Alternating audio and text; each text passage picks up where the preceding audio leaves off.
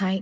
Winter முடிஞ்சு ஜெர்மனியில் இப்போ இந்த அழகான ஸ்ப்ரிங் சீசன் வந்துருச்சு. சில மாதங்களுக்கு முன்னாடிலாம் பார்த்தா இந்த மரம்லாம் வெறுமையாக காலியான மரங்களாக இருக்கும். சூரிய ஒளி சுத்தமாக இருக்காது, ரொம்ப டல் ஃபீலாக இருக்கும். ஆனால் இப்போ பாருங்களே எவ்வளோ அழகாக மாறிடுச்சுன்னு. எங்கே பார்த்தாலும் pink colour cherry blossoms, white flowers, fresh green லீவ்ஸ்ன்னு மரம் எல்லாம் மறுபடியும் உயிர் வாங்கி நிற்கிற மாதிரி இருக்குது. மனசுக்கும் ரொம்ப அழகான ரம்மியமான ஃபீலிங்காக தான் இருக்குது. ஸ்ப்ரிங் வந்தாலே ஜெர்மனியில் மக்கள்லாம் ரொம்ப என்ஜாய் பண்ணுவாங்க. பார்க்கில் உட்காந்து சன்லைட் அனுபவிப்பாங்க, சைக்கிளிங் போவாங்க, வாக்கிங் போவாங்க.